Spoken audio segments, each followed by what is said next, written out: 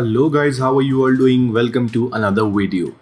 So in today's video, I'm going to talk about something that is really important in today's world. Saving water. Water, as we all know, is getting scarce day after day. The water level, the groundwater levels are decreasing. We are facing water scarcity in many of the parts around the globe, including many of the Middle Eastern and Asian countries. So, saving water is really important, and we all know this. From our childhood only, we are being taught to save water, to do this, to do that, in order to just help reduce our water consumption. But we actually never got to know what is the ways to save water. We just know that we have to save water, but how can we actually do it? So in today's video, I'm going to talk about five simple steps in which you can actually save water by just making a little alteration to your day-to-day habits. You don't have to do anything much, but the results can be tremendous. You can save a lot of water just by doing this simple things. So let's talk about them point by point. Point number one that I want to talk about is take shorter showers, or use a low flow shower head, or take baths. Let's talk about this. See, if you take a shorter shower, the research has shown that the longer time that you spend in the shower, the less refreshed you get. If you just take a quick shower, you just go and you just rinse yourself, you put down the soap and all, and just you wash yourself up and get out in like 2 or 3 minutes. You're done. Your body only needs that. If you are spending like more than 10 or 15 minutes in the shower, you're doing nothing but actually wasting water. Your body is completely refreshed within the 1 or 2 initial minutes of showering and you do not need more than that. So that is why just reducing the period that you shower can actually make a big difference in saving water. Along with that, using low flow shower heads.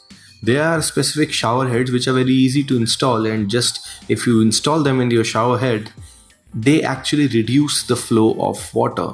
And it might sound bad that low flow shower head are not gonna be giving me the same refreshment that I am used to, but it is not at all like that. Low flow shower heads are actually quite refreshing, and they use a very little amount of water. They are not less refreshing, or they're not you'll not enjoy showering more. It's nothing like that. Low flow shower heads are really beneficial for saving water and just enjoying a little and shorter period of showering. Also, along with that, bathing. Switching over to bathing rather than taking a shower is also a really good option. Bathing in a bathtub or bathing with a mug and a bucket is really beneficial. The amount of water that is present in the bucket or in the bathtub might seem as a big amount of water, but when you compare it with how much water that shower is using in the whole period of time that you are showering, you'll actually be shocked to see that the amount of water that the bathtub or a bucket uses is very much less than what you are using in the shower. So doing this simple thing can actually save a lot of water. Second point, stop using your toilet flush haphazardly. Now, why am I saying that? Why is this point included? See, many of the people that are amongst ourselves have the habit of smoking and then throwing the cigarette butt in the shower. In the pot in the toilet. Why is this a very bad habit? Not only does it clogs the pipes, it clogs the sewage pipes, but also it wastes a lot of water when you are flushing it just for that cigarette butt. Let alone cigarette smoking is very bad for your health, but you are actually wasting water when you are flushing that small cigarette butt. And we, not only cigarette butt, for dumping little dust particle or small waste or something that is very puny, we just throw it in the flush, and then we throw it in the toilet, and then we flush. It is really bad. And also, like there is the low flow shower heads, there are also low flow flushes. So you should try and install a low flow flush at your toilet. That will really reduce the amount of water that is used when you flush the toilet, because the amount of water that a toilet uses when it flushes, when you add all of that, it comes to a really big number. And big first world countries like the UK and the US, you'll be shocked to see how much amount of water is wasted every year in just useless flushes. So simplest thing as flushing your toilet can save water. Third point, stack up your laundry and your dirty dishes. Now this point might sound a little, you can say a little to the wrong side, to the bad side, that you are telling us to collect all our dirty clothes and our dirty dishes. They'll stack up, they'll smell, they'll be rotten or something like that. See, why is this really important to stack up your dirty clothes and dirty laundry? I'm not saying that stack up your dirty dishes for like a week or so. I'm not saying that. But do not use a washing machine or a dishwasher just for few clothes or a few dishes. If you have one or two dishes, you can just wash them by hand also in the kitchen sink. But also, if you have only 2 or 3 t-shirts that you want to wash, or you don't have that much amount of clothes that you want to wash, then you should stack them.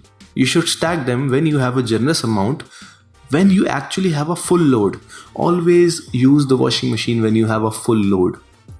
Because if you're using washing machine for just few clothes, you're actually wasting a lot of water, because washing machine does not know that you have put just 2 t-shirts or like 10 clothes. Washing machine will use only that much amount of water that is needed for a full cycle. That is why you should always try and wash with your hands if there is only a little amount of dishes and clothes. But you should stack up your laundry, and if you have only 2 or 3 dirty dishes, you should clean them by your hands.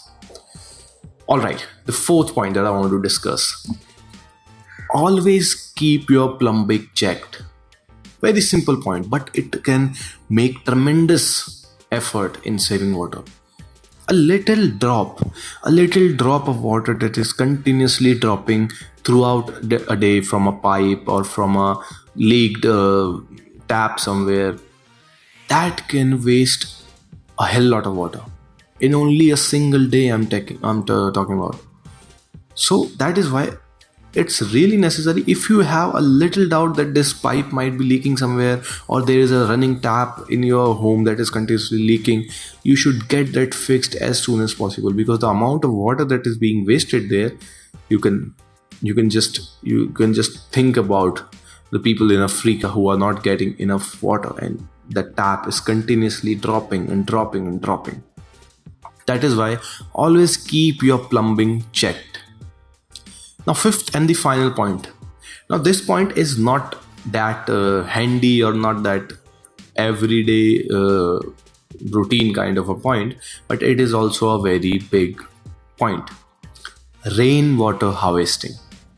Now, we all know about rainwater harvesting. We've been taught to do this since our childhood, but to actually implement this, it is really beneficial. Not only does it reduces floods and erosion, but harvesting rainwater can really help the environment in several ways. And let alone the environment, it reduces your water bills. It reduces the demand of groundwater. And rainwater, the harvested rainwater can be used for non-drinking purposes as well as drinking purposes also.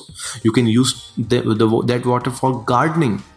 or you can use that water for all of the non-drinking purposes that you have.